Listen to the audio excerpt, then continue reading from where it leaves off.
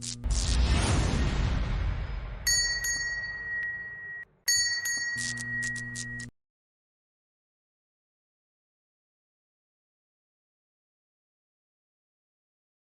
the Property Manager, select the front plane. The Context toolbar will appear. Click on Sketch. Now, on the Sketch tab, click the drop-down beside the Line command and choose Midpoint Line.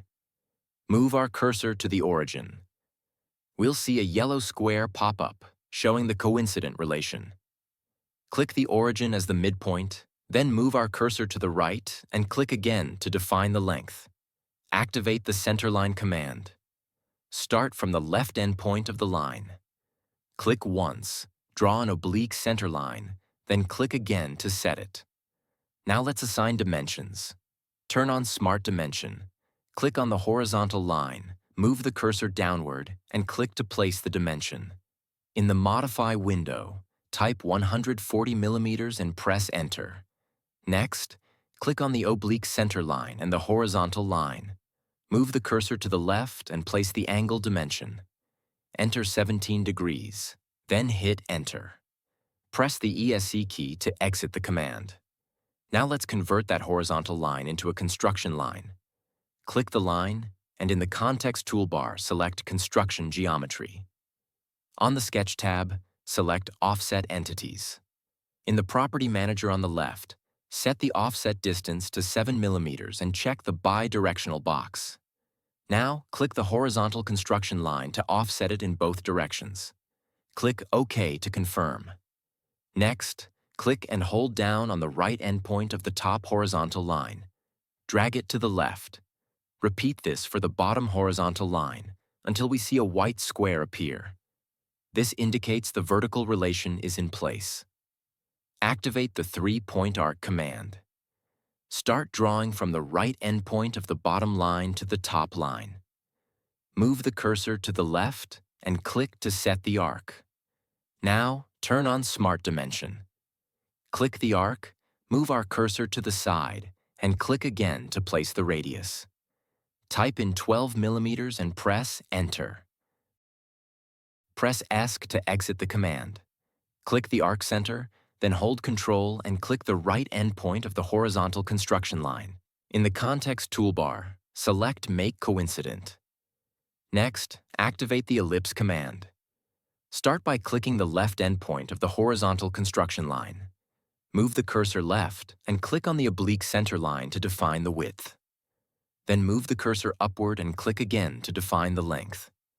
Turn on Smart Dimensions. Click the left and right points of the ellipse. Move our cursor up. We'll see the direction of the dimension position changing. Right-click to lock the direction so that we can place the dimension value in the center.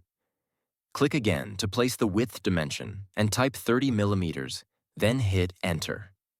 Now click the top and bottom points of the ellipse. Move the cursor to the left, right-click to lock, click to place the dimension, and type 34 mm, then press Enter. Activate the Trim Entities command. Click and drag across any unnecessary lines to remove them. Our sketch is now shaped like this.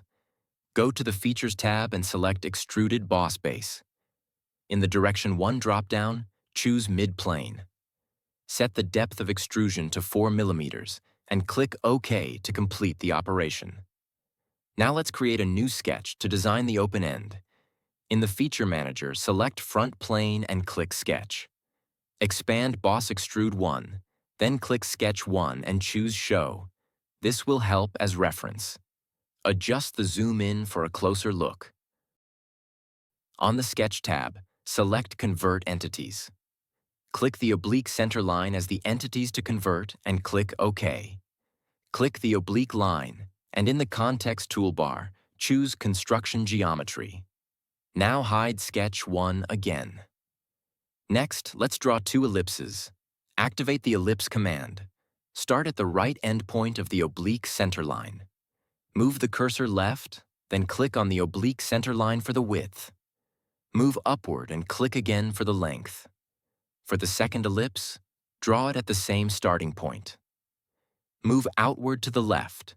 Click on the oblique center line, then move up and click at the top point of the first ellipse. Now add dimensions using Smart Dimension. First, click the top and bottom points of the first ellipse. Move the cursor left, right-click to lock direction, click again to place the dimension. Type 34 millimeters and press Enter. Then click the left and right points of the second ellipse. Move cursor up, right-click to lock direction, and place the dimension. Type 40 millimeters and press Enter. Hit ESC to exit the command. Now add relations. Click the right point of the first ellipse, hold Ctrl, and click the arc edge. In the context toolbar, select Make Coincident. Then click the top point of the second ellipse. Hold Ctrl, and click the top point of the first ellipse. Again, click Make Coincident. Let's clean up the sketch using the Trim Entities command. Click and drag across the unnecessary lines. This line, that line, and this one. Activate Offset Entities. Set offset distance to 8.5 millimeters and check Bidirectional. Click the oblique center line and then click OK. Now activate the 3-point arc.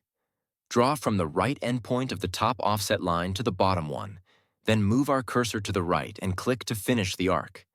Turn on Smart Dimension. Click the arc, move the cursor out to the right, and click again. Type 12 millimeters for the radius, then hit Enter. Trim again using Trim Entities. Clean out the leftover lines to shape the profile. Time to smooth the corners. Select Sketch Fillet and set the fillet radius to 1 millimeter. Click on the outer corners. If a warning pops up, click Yes to proceed. Click OK. Change the fillet radius to 2 millimeters, then fillet the inner corners. Click OK again and press ESC to exit the command. Click the arc center, hold Ctrl, and click the oblique center line. Choose Make Coincident to fully constrain the arc. Now let's finish defining it. Turn on Smart Dimension. Click the arc center and the right endpoint of the oblique center line. Move the cursor down, lock direction, and place the dimension. Type 9 millimeter, then press Enter. Let's extrude it. Go to the Features tab, select Extruded Boss Base. Keep Midplane selected, and set the depth to 6 millimeters. Ensure Merge Result is checked, then click OK to complete the open-end spanner. Awesome! Now let's create a new sketch for the ring spanner. Select Front Plane and click Sketch. Click Sketch 1 and choose Show. This will help us reference the position. Activate the Centerline command. Click the right endpoint of Sketch 1, then move the cursor upward following the vertical relation. Click again to confirm the vertical center line. Press ESC to exit the command. Now hide Sketch 1 again by clicking it and selecting Hide. Exit the current sketch by clicking Exit Sketch. We'll now create a reference plane. Go to the Features tab, click the drop-down under Reference Geometry, and choose Plane. For the first reference, click the vertical center line we just created. Adjust the view and zoom in if needed to see the preview. For the second reference, open the design tree and select Front Plane.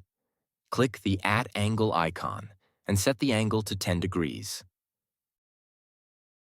Click OK to confirm. The new plane is added in the Feature Manager as Plane 1. Click Plane 1, then choose Sketch. Adjust the view to start sketching. Activate the Circle command. Click this point, move the cursor outward, and click again to confirm the circle. Turn on Smart Dimension. Click the circle, move the cursor, and click again to place the dimension. Enter 26 millimeters as the diameter, and press Enter. Go to the Features tab and select Extruded Boss Base. In Direction 1, set the end condition to blind, and set the depth to 6 millimeters. Make sure Merge Result is checked. Now check the box for Direction 2. Keep blind as the setting, and set the depth to 2 millimeters. Click OK to complete the operation. Hide Sketch and Plane references. Click Sketch 3, then select Hide. Click Plane 1, select Hide. Next, we'll create the hex cut. Click the front face of the Boss Extrude 3, then click Sketch. Zoom in the view. Activate the Polygon command. In the Property Manager, make sure number of sides is set to 6 and inscribed circle is selected. Move the cursor to the center of the circular face until the center symbol appears. Click to start. Move the cursor upward. Follow the vertical guide and click to confirm. Once again, click the center, move to the right, follow the horizontal guide, and click to confirm. Press ESC to exit the Polygon command. Zoom in for better control. Click one of the construction lines of the hex, hold Control, then click the other construction line. In the context toolbar, click Make Equal. Turn on Smart Dimension, click Construction Line, move to the right, click again to place the dimension. Type 17 millimeters and press Enter. Now we need to trim some sketch lines using Trim Entities. Zoom in the view and trim the lines like this.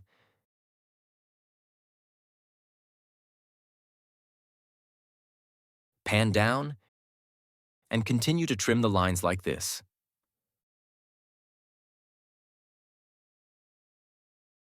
Zoom out to see the full sketch. Press ESC to exit the command. The sketch is still underdefined, so let's complete it. Click the center point and the top point of the hex. In the context toolbar, click Make Vertical. Do the same for the center and right point. Click Make Horizontal. Now the sketch is fully defined. Go to Features tab and select Extruded Cut. In Direction 1, choose Through All from the drop-down. Click OK to finish the cut. I will go to View Orientation and select Dimetric to view the entire model. Now let's add the inner tapered cut. First, click the front face of the ring, then click Sketch. Zoom in the view. Activate the Circle command. Hover the cursor near the edge of the ring until the center symbol appears. Click to select it. Move the cursor outward and click again to draw a circle. Turn on Smart Dimension. Click the circle, move the cursor to the right, and click again to place the dimension.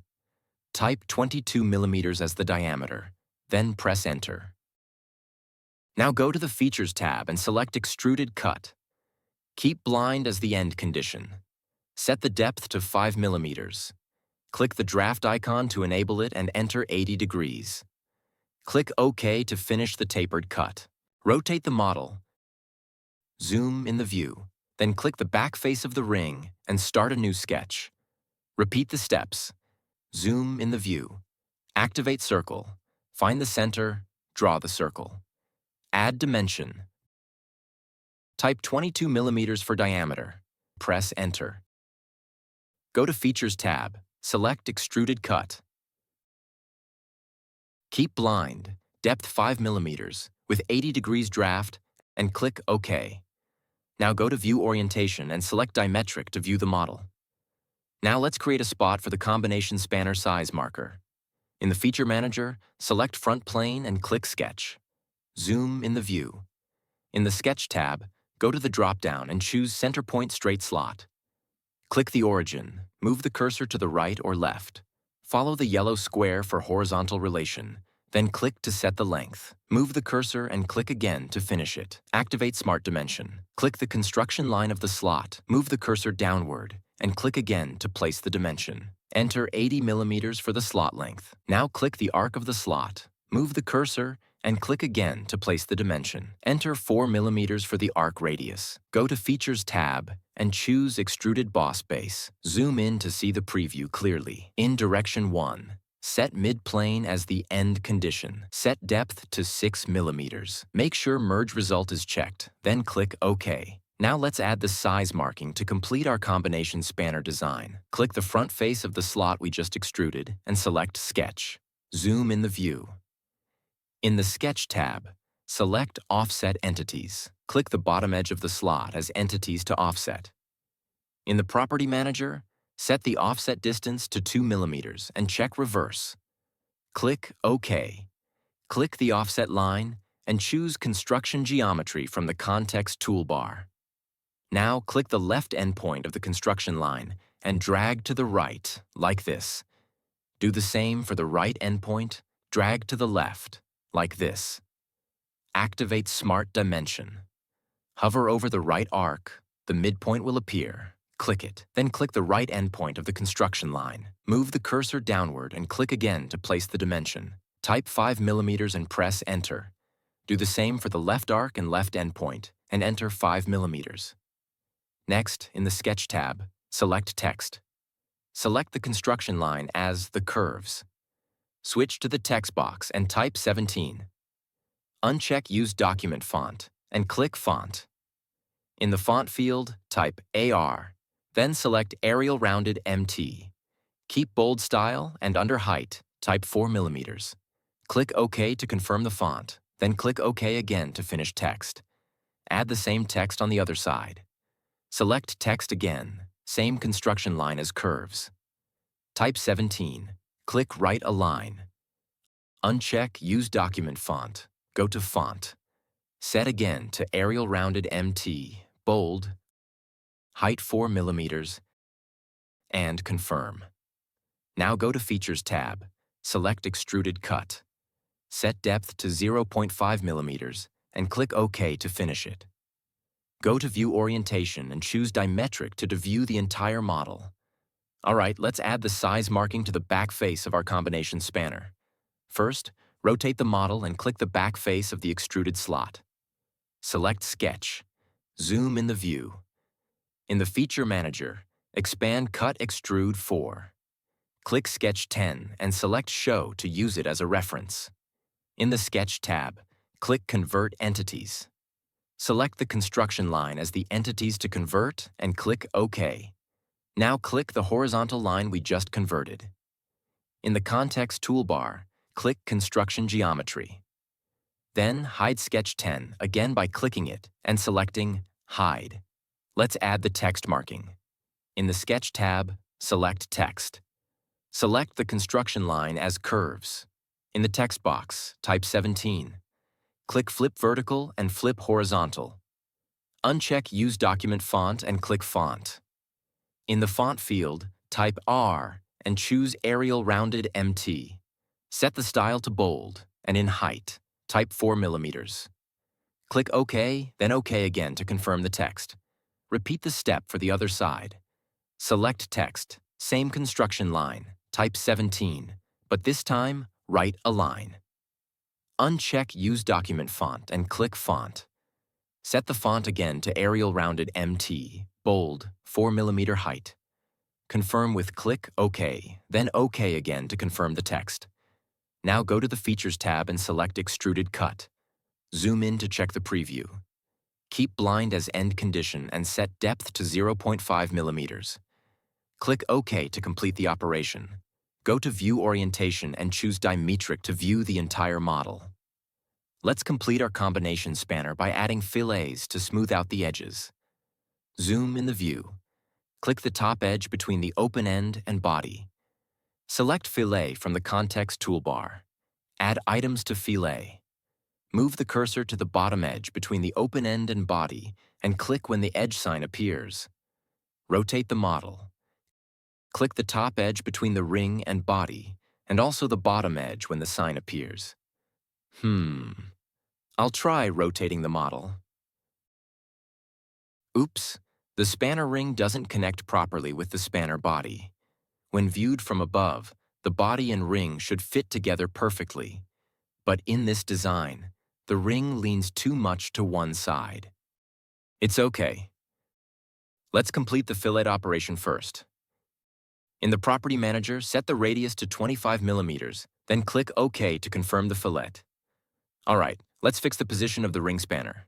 Rotate the model to check the position of the ring. Click on the ring to highlight its feature. The feature is Boss Extrude 3, which was sketched on Plane 1. Click on Plane 1 and choose Edit Feature to review the setup. We can see that the angle of the plane relative to the body doesn't match the desired extrusion depth. To fix this, we can flip the direction of the angle. In the Property Manager, under Second Reference, check the Flip Offset box. Then, click OK to confirm. Alright, the spanner ring is now in place.